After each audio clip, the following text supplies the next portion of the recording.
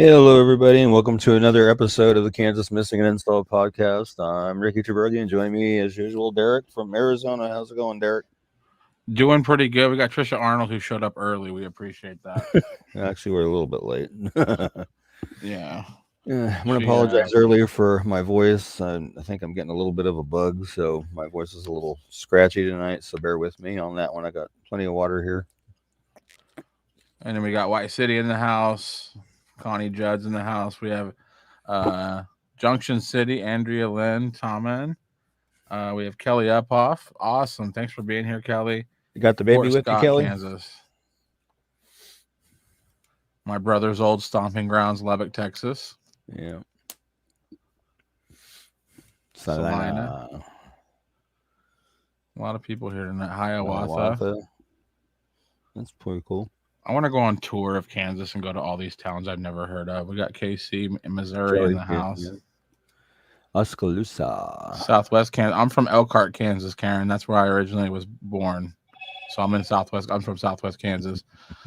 Oskaloosa, Newton. Tammy from Kansas wishing Dakota Gilmore will be home safe. We will be discussing his case later. We have, she said, baby is here. Cool. We have Mondi in the house. How you doing, Mondi? Good evening, Mondi. Thank you for joining us. To everybody.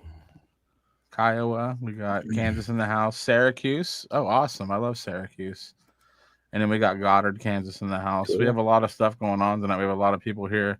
Yeah. Shout out to Brandon backstage making it happen. We got 2 flyers made on the fly tonight. Things happen quick here. Things happen quick. There's Dennis. Hey, Dennis. What's up, Muddy Waters Rescue and Recovery, or Search and Recovery, excuse me. Right. I was watching some of your videos earlier, Dennis. Still trying to figure out what happened on your live feed. I watched your apology video and stuff, and I'm still trying to figure out what happened exactly. You said there was some pretty rough comments going on. Oh wow! No, really? Yeah, you'll have that. Yeah. I had somebody get mad at me tonight on Facebook, and they said something mean to me. Well, not mean, but they were kind of trying to be all. It happens, and then I was getting upset. My wife's like, you can just like not look at it. And I was like, oh yeah. So I didn't look at it. We are freezing here. It's 40-something degrees. Wow. Mercy. Christopher Unruh in the house. How you doing, buddy? Yeah, it's like I was telling you guys. Was it yesterday? I believe it was telling you guys. I had some bad news over the weekend. A cousin of mine down in Beaumont, Texas, was murdered by her husband over the weekend, or soon to be ex-husband. They were in the process of divorcing, I guess, and he had been stalking her for some time, and apparently she had moved on and had a new boyfriend or something. And initially, I guess he tried to shoot the boyfriend first, but the boyfriend started running and in the process pulled a hamstring and fell, so the shot missed, and he thought he hit him. So he turned the gun in the direction of my cousin and shot her 5 times. So, a bad deal. Jeez. Yeah, they had 3 young kids together, and one of my other cousins, one of her sisters, is taking care of the kids now. So, I hate to say it, but I used to be somebody who was like had ill feelings towards women that were in abusive relationships and wouldn't get out of them. But the older I get and the more I learn about these people, you can't get away from these people. Short Not of very easily sometimes. Hiring like a gang of large people to protect you and watch your back. What do you mean? The police, they're going to go tell the person, hey, leave them alone. But after that, they're going to leave. So you do have stuff like this happening where people are very vulnerable. Everybody knows, family, friends, the police, everybody knows. There is volatile situations going on at this house, and it goes unchecked. And I feel like your cousin is along with a lot of victims of people, women that are screaming to everybody, even if they're not saying it. You can tell by the way their body language is, or the black eyes, or stuff like that. People are screaming, "Save me!" And we have not, as a society, figured out how to save those people yet. In my opinion, because I don't think. I mean, I love the police, but I mean, how do they save that? They go there and everything's okay, but then when they leave, it's just that person versus that person. I mean, that's one of the biggest problems. I mean, you can put a protection from abuse order in or a restraining order, but I mean that's just basically a piece of paper and it's not a bubble. It's not a Yeah, force field. and trying to enforce that's very difficult. And if somebody's loony enough that you need to put a restraining order on them, I don't think that they care about laws at this point. If somebody's Yeah, shown enough dangerous behavior that somebody would get a restraining order against them, I don't see that person really being really, sound of mind to be like, oh, this law says I can't go over there anymore, so I better not. I mean, rest in peace to your cousin, but as a society, we have to do better. We have to put an end to these woman beaters. If yeah. we know who these people are, out them. I don't know how to do it short of I letting don't everybody either. know I this don't person's a either. bad person. I I'd mean, love to, have some Trisha of my brought up biker a buddies beat them up, but I don't, that's illegal. good. If you don't time it perfectly and have a good plan, you can't get out safely. That's true. No, you don't have a shot in hell if you don't have a good plan Yeah, or people to protect you. That's the yeah, thing. You can go to a family member's house, but eventually your family member's got to go back to work and you're alone in that house and they more than likely know where your family lives. And then it yeah, becomes, I don't want to go around my family because then my family becomes, like yeah, just like this girl's boyfriend almost lost his life, and like, it's bad. And that's the thing that makes me the maddest is this, your story you just told, it happens hmm probably 3 times a day in this country. yeah. And the sad part about it is a lot of time these abusers they don't just physically beat them down; they emotionally and mentally beat them Oh down yeah. to where they feel like there's no way out. Yeah. You know, and it's a sad deal. Trisha says so sorry for your loss. Monday says sorry for your loss. Brooke says prayers. Yeah, Getting a lot of love. it's just ridiculous. I Um, don't know if there'd have been a way to prevent it or not. I I mean, mean, it sounds like he'd been to be planning this for crude, quite some time, I guess. short of tying that guy up, and Mhm. what are you gonna do? It's a guy who's obviously not mentally well because she thought it was a good idea to shoot 2 people. That he thought he Yeah, killed 2 people. yeah, That's crazy. Dennis says we had someone making inappropriate comments to the ladies on some of our other yeah. viewers. The good thing Yeah, is he's sitting in jail on $1.5 million bond, so he's not going anywhere. yeah. But even then, I bet your cousin would take a 3 hots and a cot if she had the choice.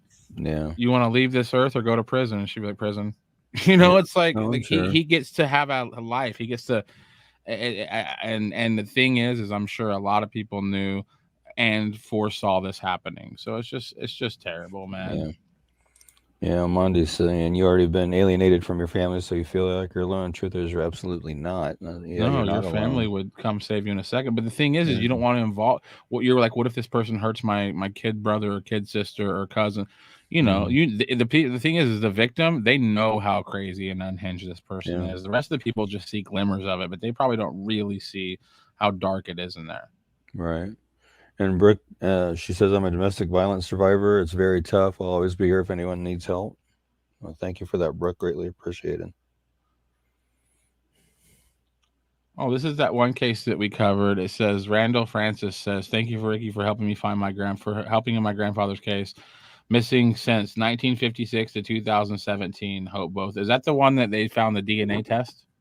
He was the one that was missing from Fort Riley in '56, and I was contacted. I believe it might have been by Randall, letting me know that he was actually had been living in Canada all this time and having a Wow, Canadian family, and they did do DNA tests to confirm that it was indeed him. Randall, we would love to have you as a guest sometime on a pre-record show and just talk about that's a really interesting story. We'd love to talk to you." Yeah, Mondi says, "Doesn't Texas have the express lane to the death penalty?" yeah, they do. They're one of the They states don't that's shy mostly, away. yeah, they're one of the states that's mostly known for death penalty cases. Yeah, Yeah. I think them in Florida probably lead the pack. Right. Randall says, yes, it was me. Had the DNA Yeah. confirmation by then. I'd love to be a guest. Feel Yeah, free. Okay, FBI was awesome. involved in all that and everything, and identifying him. Right. That was awesome. I'm glad you reached out to me, Randall, and let me know that. I'm really appreciative of that. That is really cool. And Well, he even sent me a current photo of him before he passed, and I looked at it up next to the old army photo from Fort Riley, and yep, that was him. well, let's get into some cases. All right. Everybody keep the comments coming. We got a couple of things that Brandon's produced for us here. Then we're gonna get into some cases. You're watching and listening to the Kansas Missing and Unsolved podcast.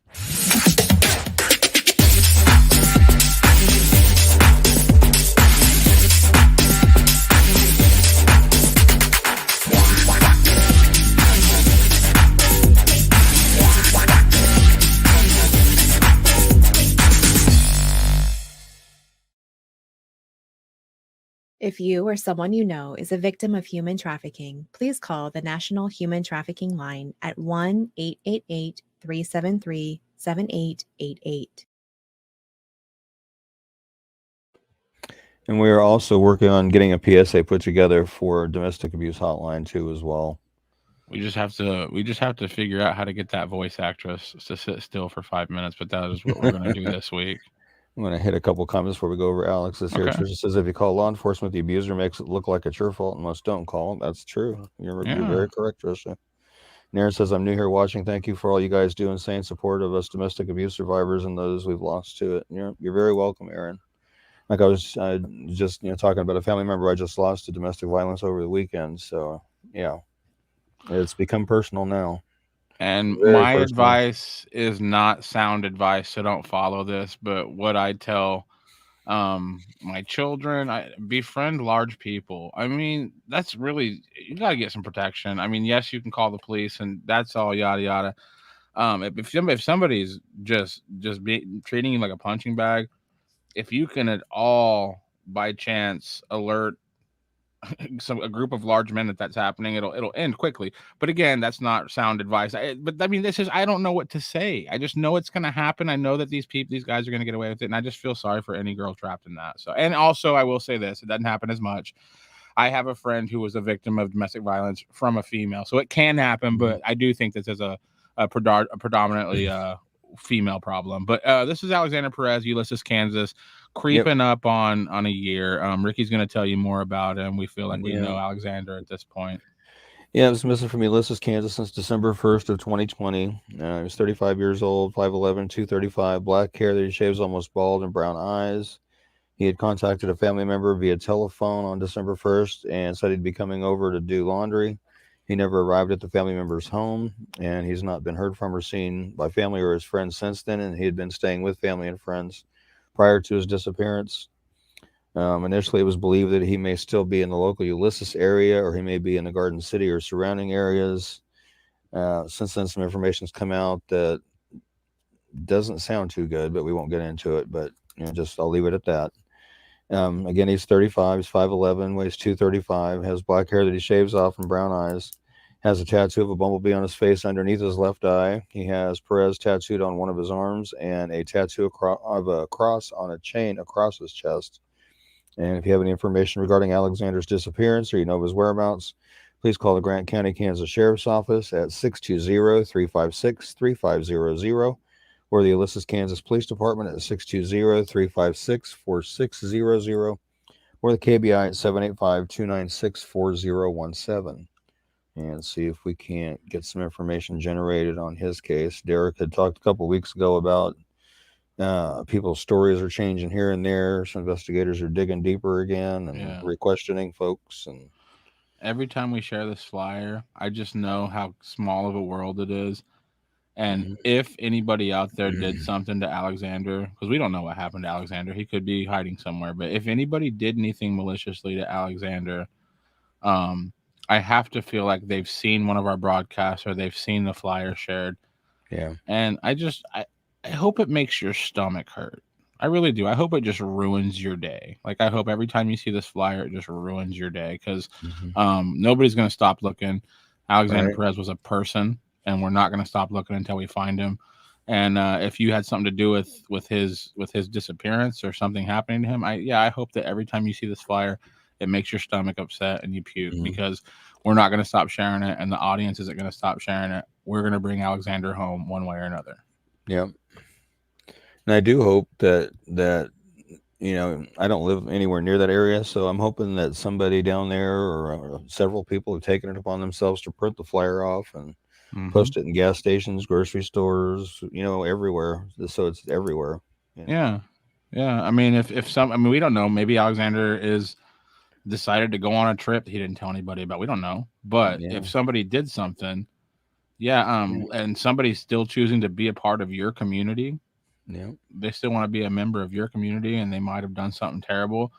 Let's at least make them uncomfortable. Let's not let these people yeah. go to a single Sonic and get a hamburger without seeing this flyer. Let's not let them go to a single Ace Hardware without seeing this flyer, because that's the thing.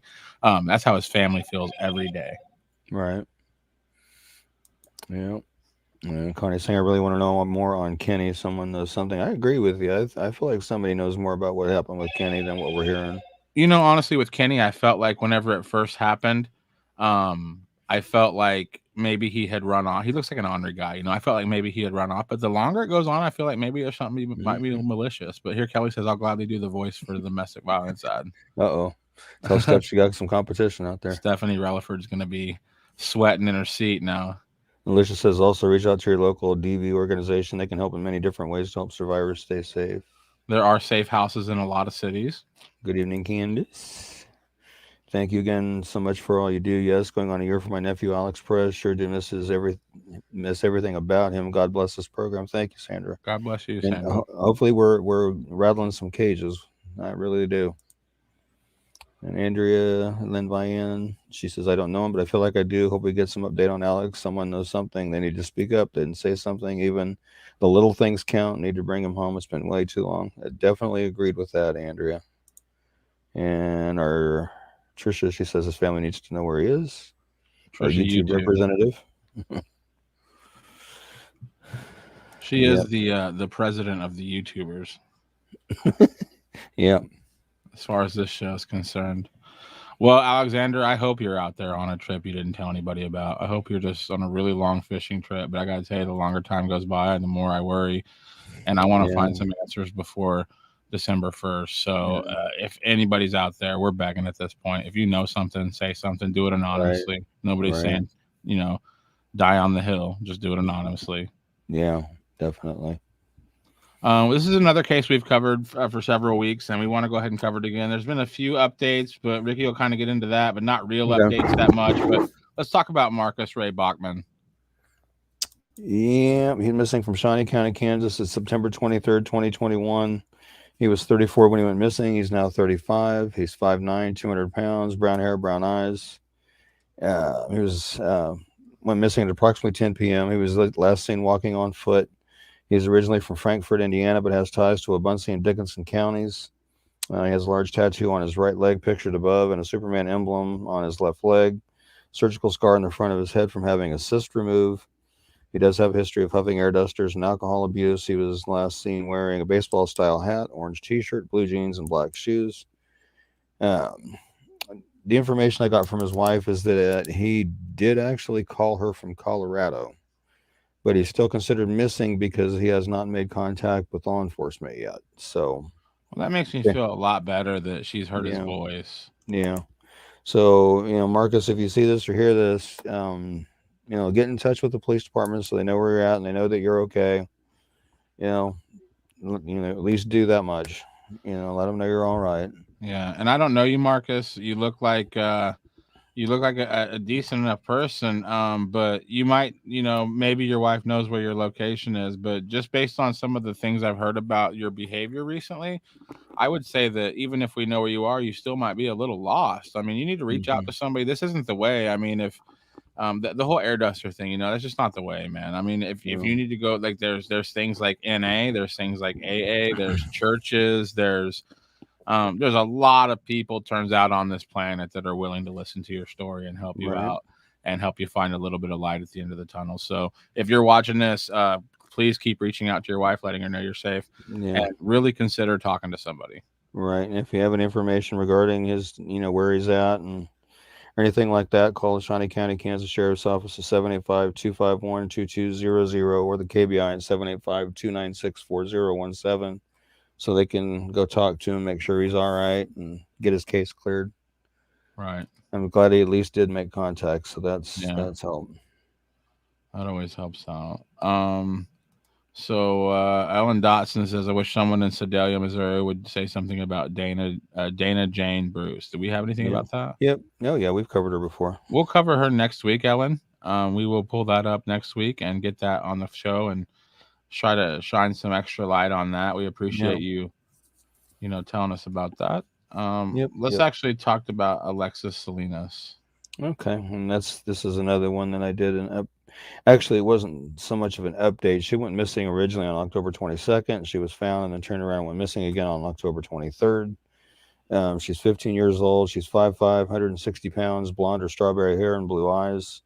If you have any information regarding Alexis's disappearance or you know her whereabouts, please call the Wichita, Kansas Police Department at 316-660-9452 or 316-660-9456. Excuse me, or 316-263-6011 or the KBI at 785-296-4017 and see if we can help get her located again and back to where she needs to be. Too young. Yeah. Too Oh, young. yeah. Definitely.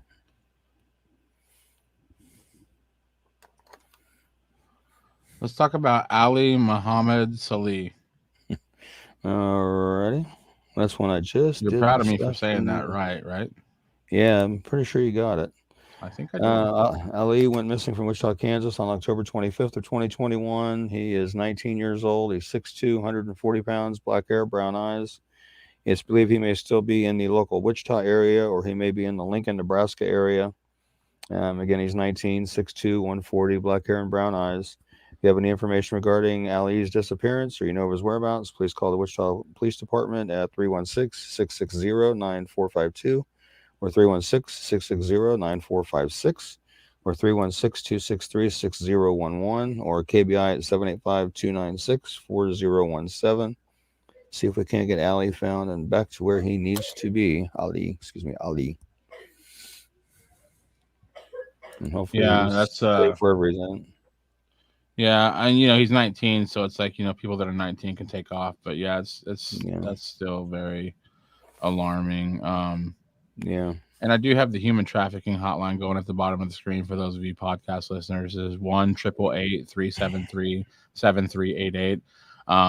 If you know anybody, if you are a victim, if you suspect somebody might be with somebody who might be trafficking them, call 1-888-373-7388, and that's we're gonna keep that on the screen for a minute. But that's the human trafficking hotline. Let's talk a little bit. Let me see if we got any comments here. Here we go. Because next week she says, "Can you cover Dennis LeBow I think it's from Lush Iola Bar or Chanute?" something. Oh, I believe Lush it's Bow. Lush Yeah, we've Bar. covered Yeah. that. Yeah. Uh, hopefully, we'll cover him again, definitely. Yeah, we'll cover that one next week for sure. I know this is a touchy subject. I feel all women need to know how to protect themselves and children or their close immediate people. I myself personally went through carry and concealed course. Guns do not kill. It's the person that pulls the trigger. I'm not saying open fire is dangerous in situations, but in a push to shove with protection, it's the best known to properly handle your situation. I realize not all women have that option, but that's there to help. First step is to take. I think it's just saying the finishing it. First step is to take the course. Yeah. And that's not bad. That's not a bad. It's like the way I look at it, if the person trying to get into my house has a gun, I might want to have one too. But again, that's between everybody. Some people just aren't comfortable with having a gun. But yeah, at the end of the day, if you know anybody that's in trouble with like domestic violence or anything like that, just try to help, and that might mean making a few, uncomfortable encounters with somebody, but you got to do something to help these women. Yeah. Let's talk about Devin. Devin Reimer. He is missing from Hooks, Texas since October 6, 2021. He's 16, 6'2", 160 pounds. He has brown hair with some green dye in it and hazel eyes. He was last seen being picked up by an Uber driver at Hooks High School in Hooks, Texas. The Uber driver stated he took Devin and a Caucasian female to the Greyhound bus station. It's believed that Devin may have met someone online up here in Kansas.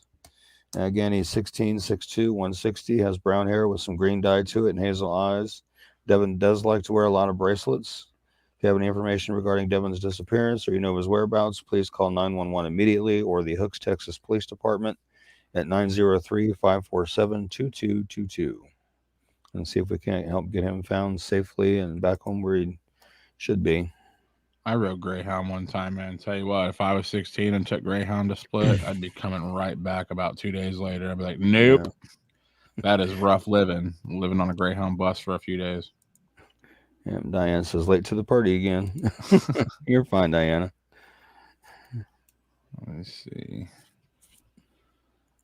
Yeah. Well, Devin, if you're in Kansas, there's a lot of safe places. Yep.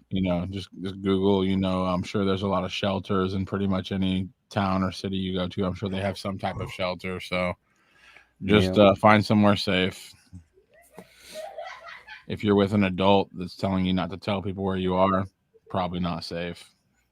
Sorry if you heard my daughter laughing in the background. I thought that was like kids at my house. No, that's my daughter. She's watching something online in the living room and it cracked her up. Let's see. All right, well, let's talk about Faith Hopkins. Yeah. And I was telling the guys before the show, I've done flyers for her in the past, but it had been a while. Last one that I could find was from 2019. So okay. She's missing from Lawrence, Kansas since October 23, 2021. She's 16. She's 5'2", 130 pounds, brown hair, brown eyes. She had her ears and nose are pierced. And if you have any information regarding Faith's disappearance, you know her whereabouts, please call the Lawrence, Kansas Police Department at 785-832-7509. Or you can call anonymously their Crime Stoppers number, 785-843-8477, or the KBI at 785-296-4017. And see if we can't help get her located and back to where she needs to be. Right. It's been a long while since I've heard that name. I was kind of surprised when I was asked to make a flyer for us. Like, oh, well, there's somebody I haven't heard about for a while. Well, that's good that she had at least been comfortable for a while. Yeah. Or at least stayed put. Yeah. But knowing that she's just 16 now, and you said that you had made flyers for her years ago, that means if she was younger, 13. she might have had some issues, that she was running from. Yeah. So I feel like maybe she was in a better place for the last couple of years, and maybe she's just getting some air. I don't know. I just hope that she's not with anybody that's bad. No, me too. Considering how much bad there is out there. I included a couple of photos with masks on, just on the off chance she's wearing one out in public or something. Right, which is a good chance. Yeah. So let's talk about Jacob. Alrighty. There he is. Missing from Overland Park, Kansas since October 13th, 2021. He's 15 years old, 6 foot tall, 180 pounds, brown hair, blue eyes. He was last seen at his home in Overland Park. He took an Uber to the Kansas City International Airport. Then a taxi took him to the Quality Suites Hotel on the Northwest Ambassador Drive in Kansas City. And it's believed he may still be in Overland Park, or he may be trying to get to California. Again, he's 15 years old, 6 foot tall, 180 pounds, brown hair and blue eyes. If you have any information regarding Jacob's disappearance, or you know his whereabouts, please call the Overland Park, Kansas Police Department at 913-895-6300 or KBI at 785-296-4017 and see if we can't get Jacob located and back to where he needs to be.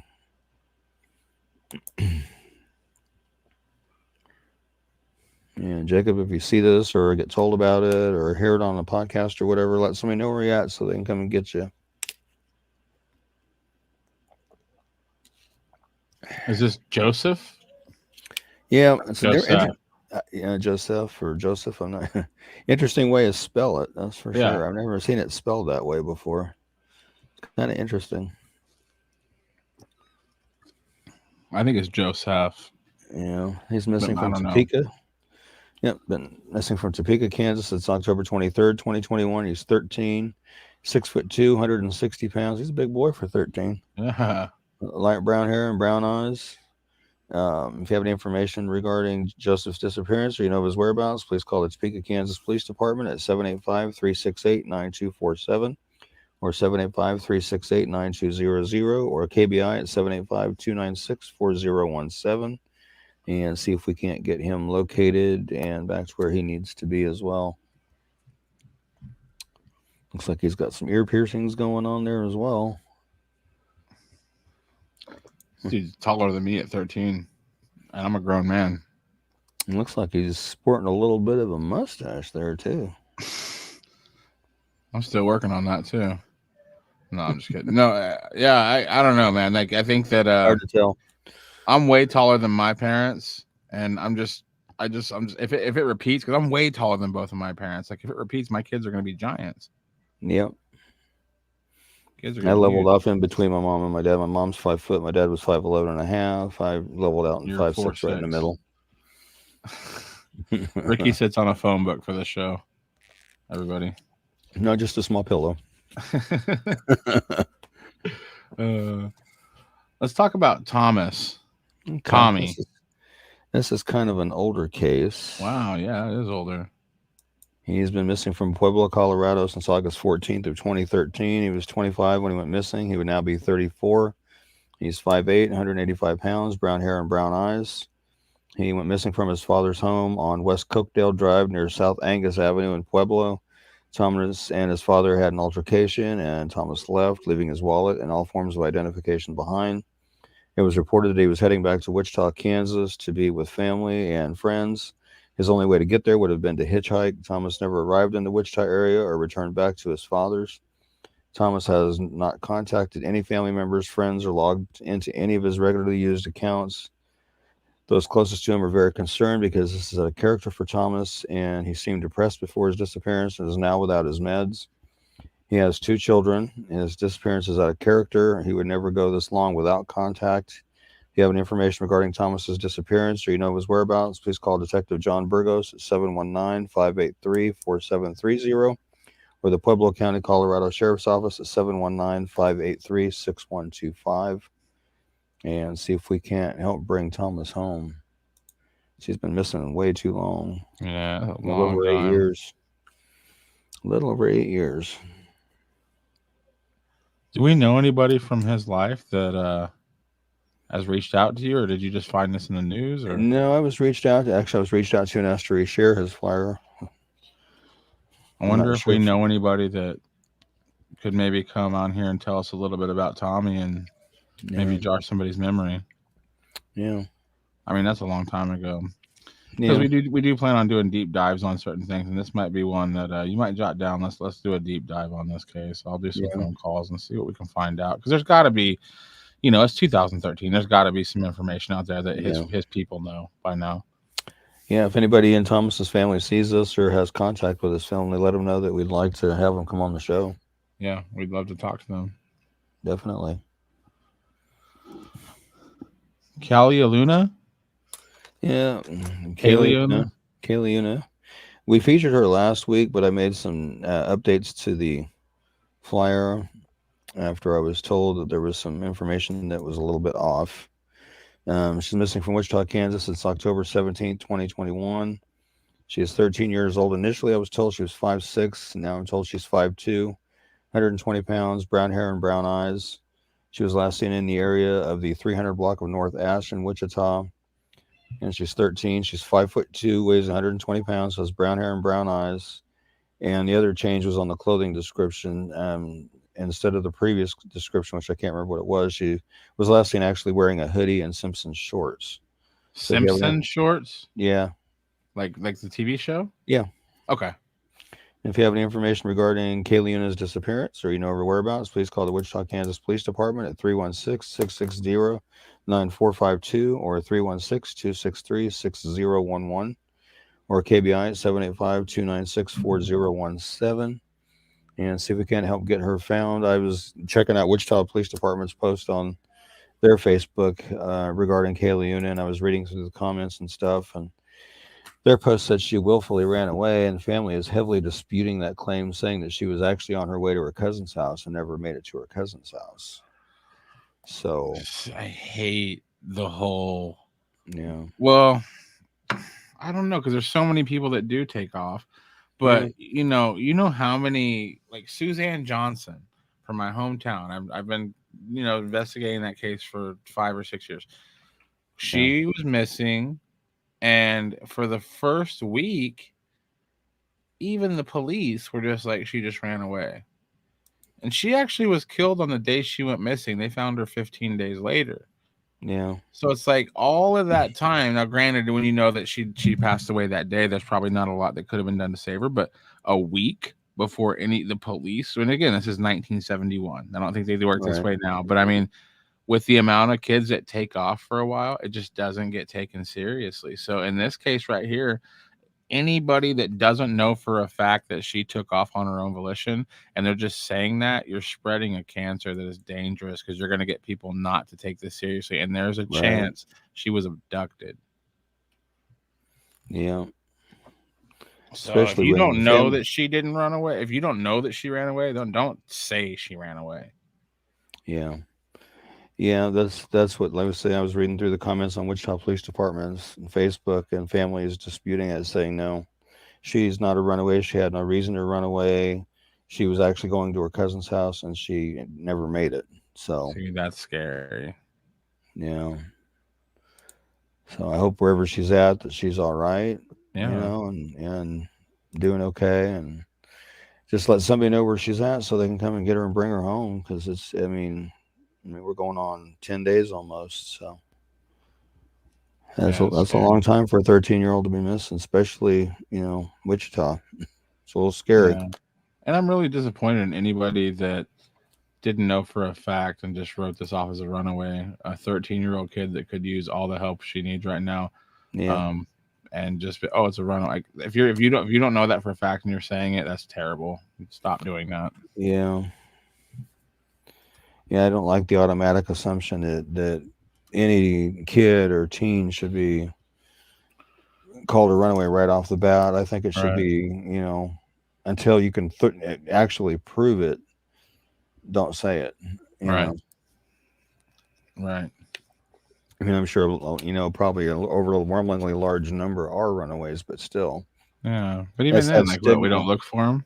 It's that stigma behind that word runaway. People think, bad kid needs her butt whipped, but that's not always the case.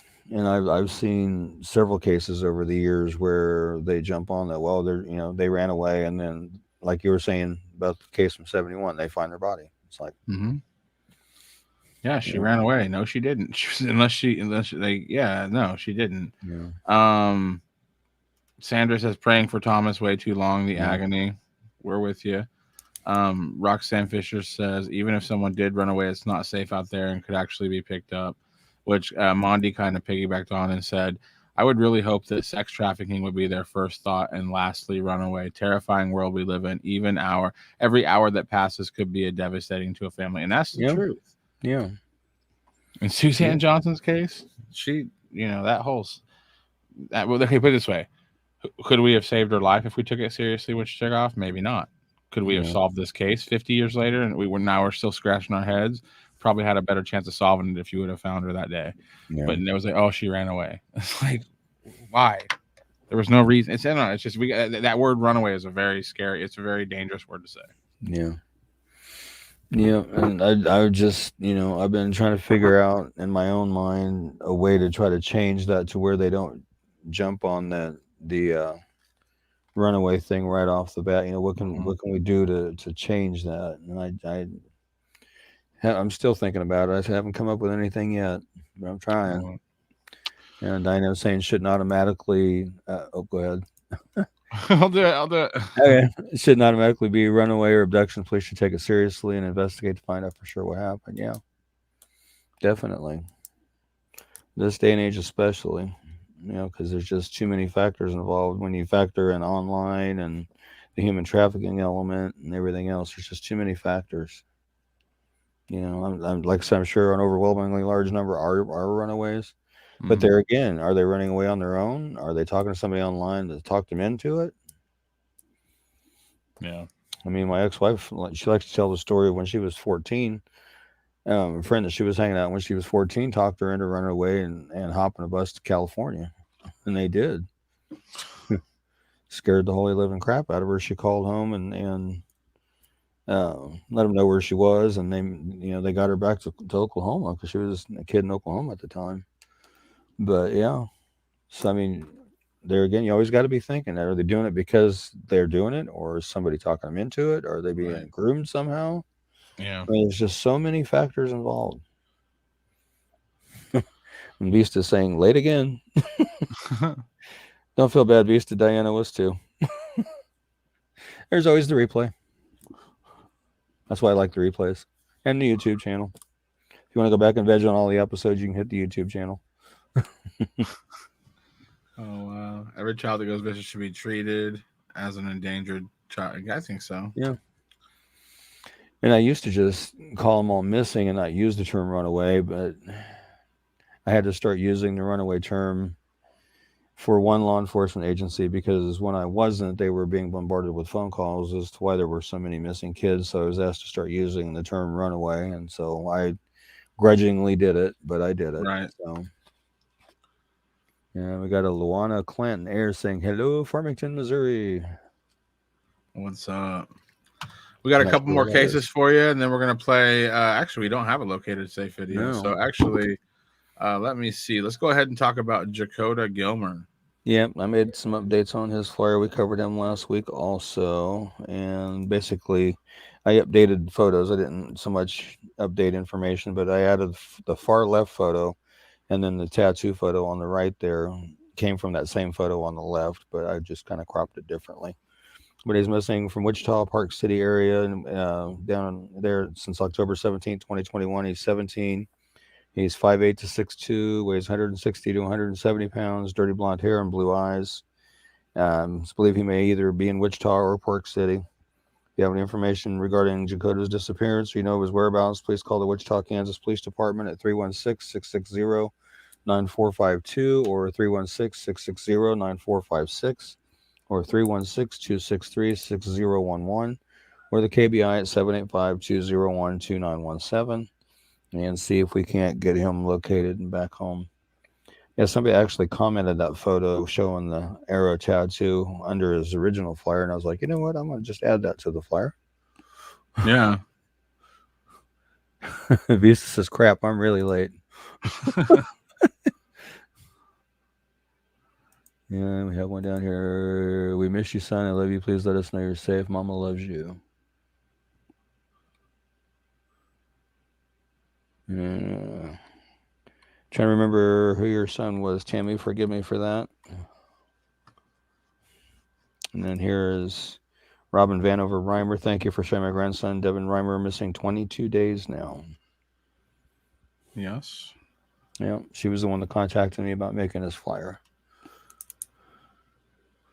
Yeah, hopefully we can help get Devin located, especially if he's up this way.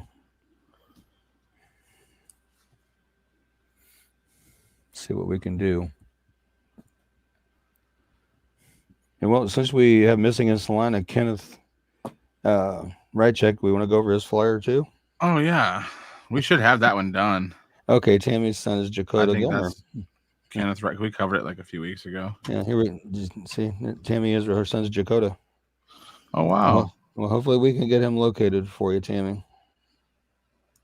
Hopefully we can do that. 17th. It's been what, 9 days? Yeah. 10, 11 days. No, 9 days. I'm not good at math. I need to take my shoes off.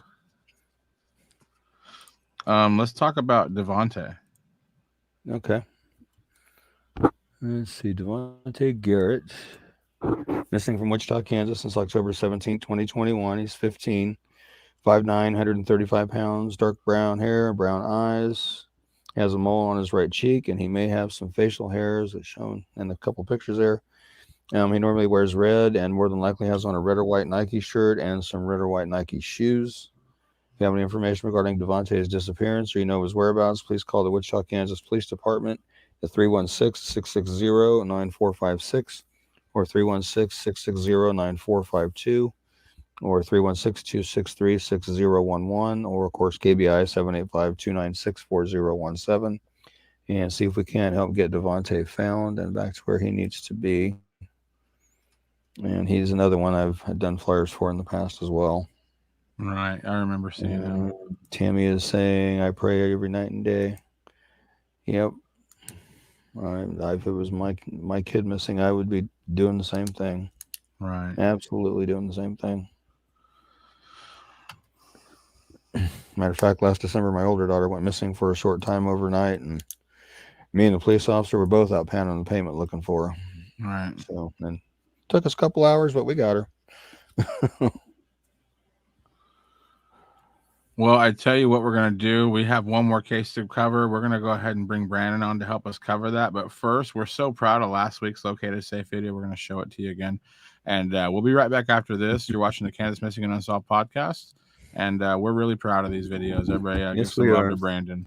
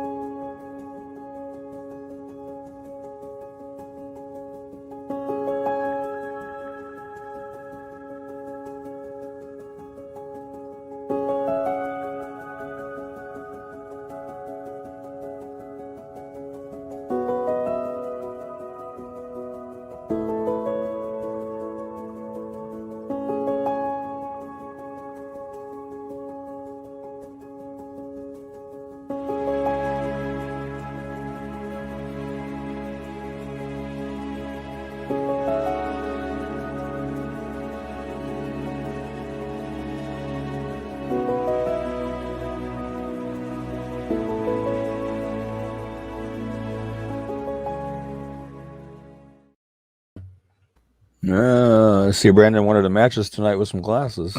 Well, I should be wearing them all the time anyway. Yeah, I see. And I was noticing this comment right thank here. You, Trisha. Yeah, thank you. Yeah, good deal. Trisha's saying Brandon did a great job. Yep. Read that, Ricky.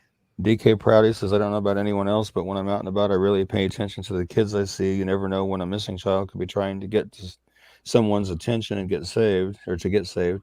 We have to be willing to call police when we think something's wrong. Definitely. Yeah. 100% agree with that, DK. And Sanders saying, thank you. The found safe ones make me cry of happiness for the families that their loved ones are home. I pray we all get this. Yep, me too. Absolutely. There's a lot of people I can't wait to put on that. I'll have Brandon put on that video. Yeah. Yep. I really like it when they have to be really long, and I got to figure out how I'm going to stretch it, you know? Yeah. I like the way you got it, where the new ones going, where they come up and then like one of them will change to a different one. Yeah. That's really cool. I'm working on those transitions too, trying to make those transitions look better. You know, all the visual stuff. Yeah. I think you're just knocking it out of the park every time, my friend. Oh, yes. Absolutely. So I wanted to talk about this one, since this is one where up until people started mentioning it tonight, I've never gone foul play on this one until tonight in my head. Yeah. It just doesn't make sense that not one single sighting. Like, I don't know. Yeah, there was the one lady that commented on one show that we did where we covered him, that she said that she swore he was walking in front of her over on the north part of town, over where she worked at. And I drove over that way. I can't remember if it was that day or the next day. I drove over that way and looked around the area to see, what kind of area, where it was, the layout. Was there a heavily treated area where a homeless person could set up a camp or whatever? And there actually is, but I just sure didn't see anybody that looked like Kenny anywhere around. Did you get out and walk around, like around the people? I didn't actually get out and walk around. I drove around very slowly. Okay. But I didn't walk around. But he's missing from here in town since November 4th of 2019. He was 69 when he went missing. He's now 71, 5'9", 175 pounds, gray hair and blue eyes. And I can remember when that gray hair was red. He suffers from diminished mental health capabilities, and he's on disability, but he's not tried to access any of his money since he was last seen. The initial information that came, I got to correct this flyer because that's driving me nuts. Because initially they were saying he's been known to frequently visit Salina, but may have family in northwest Kansas, possibly around Colby. He lived in Salina for a great number of years, because I've made this known that when I was a teenager, probably 14, 15, 16, I would run into him at the corner gas stations in the neighborhood playing pinball and video games when he was in there, and visiting with anybody and everybody that was in there. Yeah, and I remember you saying that you kind of grew up around him, and that when people would come in contact with him, they never had anything ill to say about him. He was always a really nice guy. Yeah. He's never had a cell phone, vehicle, or identification. When he would push his bike around or ride his bike around, he'd pick up scrap metal and take it over to Slime Iron and Metal and cash it in for extra money and stuff like that. And they said over there they haven't seen him for quite some time.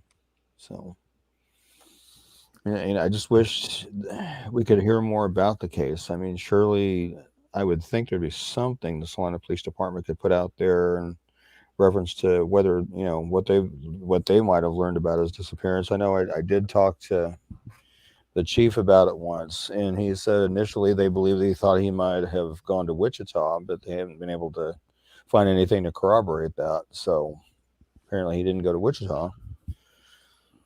And then they're thinking, maybe he went to see family up around Colby, but so far that hasn't panned out either. So, and people have asked me about that fragment of that skull that was found out on the west part of town, just down the road from where I work at, actually. And they haven't been able to identify that. They said they got a partial DNA on it, but not enough to match anything. So, I mean, who knows who that is? My first thought was Catherine Adam. It was missing from here in town because she went missing from just right up, just further west down the street from where it was found. And then my second thought, of course, was Kenny, because the Mission was the last place he was known to be, because after they evicted him from his apartment, they took him out to the Gospel Mission, which is same part of town, just further south. So I thought, well, maybe, could be. And I kept waiting to hear whether they were going to make an ID or not, but they haven't yet.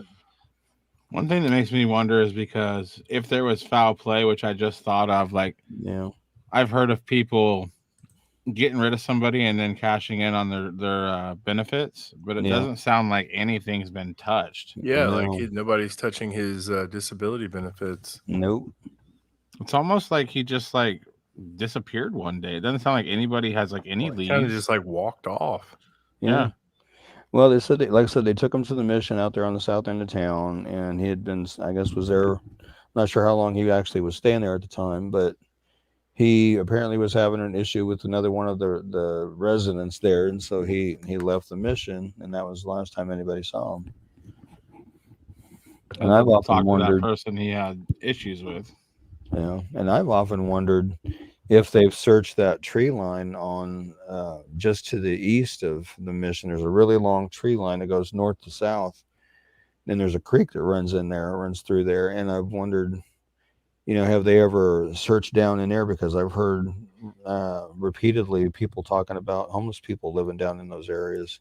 Right. So I've often wondered if anybody's ever checked that out. But you wonder if he's been in those homeless camps since 2019. Somebody might have said something. Maybe we can get down on one of those with a flyer and just put it somewhere they'll see it. The only thing that's scary is he's the whole not touching the funds. Yeah, that's the other thing. I feel like somebody would figure out by now that he has disability funds available. Yeah, and be trying to tap into. I mean, because he sounds like. I mean, Diana Hayden says he was very kind and generous. Just loved talking with people, all people, any people. Just loved and cared about everyone.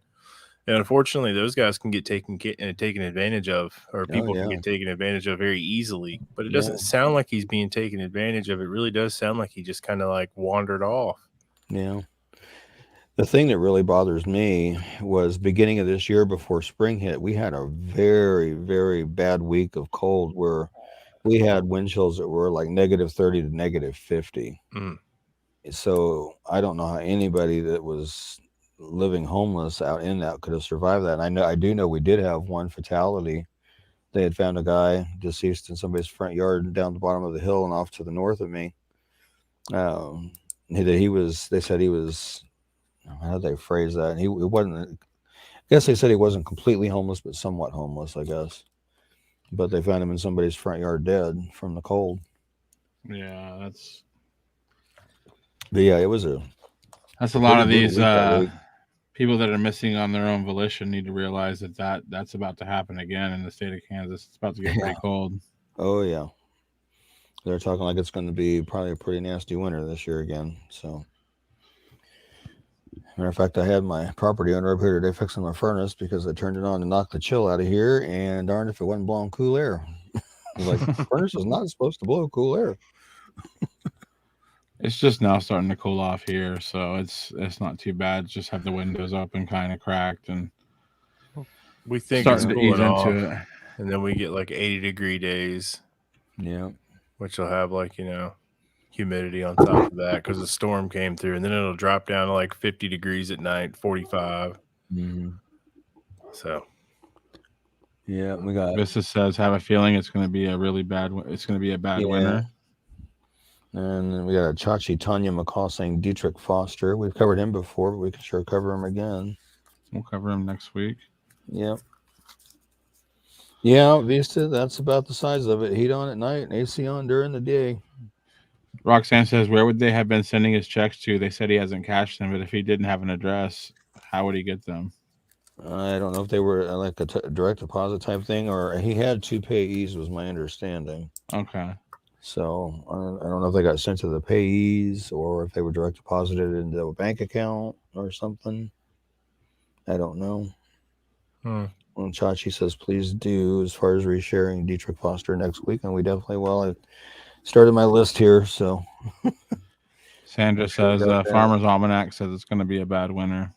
Yeah, I'm not looking forward to that. He was killed, and there's 2 people who know for sure what happened. Well, we'll definitely talk about that next week. Come hang out with us next week. Come hang out with us next week, and we'll next cover Thursday. that. Yeah, it'd be what's Thursday. The next show date? I don't have it written down. I'm slacking. Yeah, I'm checking my calendar here. Ricky's 2 months behind. No, it says October. Thank you very much. Let's see. Next Thursday would be November 4th. So, yeah, November 4th. Chachi says, send me an invite. For sure. If you know how to do that, Derek, you send it because I'm not sure. Send an invite. The show will be auto scheduled on the page. Oh, okay.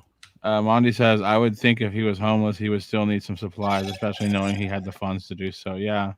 Yeah. I see Alicia knew it. She's like, it's on 11-4, you ding dongs. She didn't say ding dongs, but she should have. That was just Derek going. We were freestyle. all taking our shoes off and counting days. 1, 2, 3. Yeah. It's been over a year. Wow. Been over a year. He was never really over concerned about money, but still had to use it to survive. Brian Alcock missing from Walton, Kansas. Yeah. I wonder if maybe he just forgot he has that money. He's just begging for money somewhere. Right. Well, from some of the information I had heard about that was he had a hard time getting money from his payees. That was a lot of the reason he was picking up scrap metal and taking it over. I'm worried about these payees. I mean, if we're just being real honest. Yeah. And that was information that came out. I don't know if that's accurate or not, but that's just information that came out. So. Well, anytime I find out, because that's, I don't know. People don't realize that. My wife works with people with mental disabilities, and there's money involved with that. And there's a lot of people out there that take advantage of that people have, funds that they are allotted every month because of their disabilities, and they might not understand how that money works. And whoever their payee, it's a dangerous field for sure. Yeah. A lot of greed happens in that. So, but I think it's been a great show. We'll try to cover all those cases. I just hope they've talked to the payees. I hope they've talk to the person that he was having an issue with at the mission. Yeah. To see, how bad the issue got. Yeah. And there's a chance nobody's been questioned, because it's, I don't know. Let's see. Hassan Rahman, unsolved murder in Wichita. Mondi said, better give me a soda and candy bar money. Pam Cricket is here from YouTube. It's late. It's all good. We'll rewatch it. His payee had complaints from just about every client about getting money out of her. See, Brandon is from North Carolina. I'm from North Carolina. Yep. Mm-hmm. It is sad people can take advantage of someone so innocent. These scamming people make me sick. Yeah, and it's sad. It's the more sad thing is it's very easy. Oh yeah. If you're a corrupt person, a bad person has access to it, it's very easy to do it. Yep. And it's hard to catch. Definitely welcome back, Pam, to YouTube. Says she will rewatch. Awesome. Rewatch and share and whatever you can want. Also check it out on the Facebook downloads on the Facebook podcasts. Yeah, it'll be up in the check morning. it up there. It'll be up there in the morning. Yeah. Yep. Also want to try to see it's a great place. Like to see the YouTube traffic build up on Kansas Missing's YouTube too. That'd be good. Yeah, keep from the old Raleigh, the old capital city. Alicia says she visited North Carolina last year and she loved it. Good old Raleigh, just a hop, skip, and a jump from Mayberry. Yeah. The mountains are beautiful this time of year, though. I will say that. Give it another couple weeks. I would like to see Mount Airy because I guess they say that Mayberry was loosely based on Mount Airy. Yeah. Chachi is saying that Dietrich Foster was tortured and killed in a house in Parsons, Chanute, Independence, or Coffeyville. And a girl named Casey and a girl named Cheyenne and a man named Steve Jones Jr. know the whole story behind the death and where he was buried. KBI can't get any real info. I'll tell you why. Because anybody that knows anything about that knows that somebody tortured and killed somebody. So they're scared to say a word because of fear. It's just intimidation. And that's the thing. In a fair and just world, if you knew something like that, you could just walk into a police station and say, I know this, this, and this. And they'll be like, okay, we'll go grab them, put them in jail, and everybody's safe. That's not what's going to happen. They're going to go question them. They're going to say, hey, we heard some things about you. And that person's going to go, cool. What did you hear? Blah, blah, blah. Oh, funny, because I only know a few people that would say that. And then you have danger. So that's a lot of people think that people aren't saying things because like they don't want the truth to get out there. It's not that they don't want the truth to get out there. They're involved for their own safety. But more importantly, when you're dealing with somebody who tortured and killed somebody, I'd be worried not only for my safety, but my children and my friends and my parents. Like it's fear. It's the reason nobody says anything is because of fear. Right. And this is one we said we were going to cover this week and we forgot to do is Charles Henry. Oh, yeah. We'll do that next week. We were sorry about that, Diana. We will get to that. She says it was over drugs. Oh, man. Not good. Casey was in prison. It was last year in Parsons. Vista says, when was this? I live not far from Chanute. Let's see. It was. I'm gonna look here real quick. She says she remembers it. It was. As I get the flyer to come up. Sounds like we're gonna have a great show Thursday. Yeah, we're gonna have a lot. Yeah. Brandon's just like, oh my gosh, I have to make flyers. Oh, I'm sorry. April 12th. No, I don't mind making the flyers. Also, 2 women killed in Great Bend at the bread store early 2000s. We covered that one not too long ago. Mm-hmm. Yeah, we did. Yeah, Dietrich was April 12, 2020 is when he went missing. Has he been? Is he listed as a missing or listed as an unsolved homicide? They're investigating it as a homicide at this point. Okay. Well, just because, if you podcast listeners are out there, or if you're watching this and you see us pen that comment and read that comment, We Yeah. don't know if there's any validity. That's what, and we're not saying, we just don't know. We're just taking a comment from somebody in the public. We don't know if any of that stuff is true. It's not our opinion. We're just reading a comment. But we don't know exactly what's going on in that case, but we do appreciate the comments that we did get, and we do want, we will shed a bigger light on that next week, and we'll definitely go into what the police are letting people know for sure. Yeah. Yeah, we like to try and differentiate. Yeah, she's Between what talking we about know the is Dolly fact Madison murders. Alicia's talking about the Dolly Madison murders there. We did cover that. I think it was last week, actually, wasn't it? I think it was 2 weeks ago. I think it was 2 weeks ago. Recent. I think it was last week. I knew where my list was from. There's my list from last week. Let me see here, and I can tell you for sure.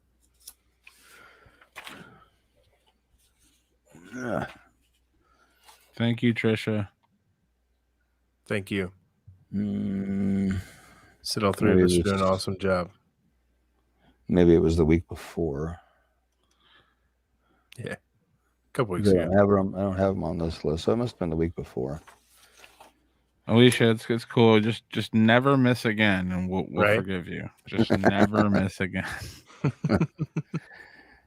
Well, fellas, I got a hamburger waiting on me, so Yeah, right. Well, yep, it definitely was another good show tonight. Great show. Another good caseload, and hopefully we can generate some information on these cases and get these people found and get them back to where they need to be. But with that being said, we'll see you guys on November 4th next Thursday. So then you guys stay safe. God bless, and we'll see you guys then. Have a good night. If you or someone you know is experiencing a suicidal crisis or emotional distress, please call the National Suicide Prevention Lifeline at 1-800-273-8255.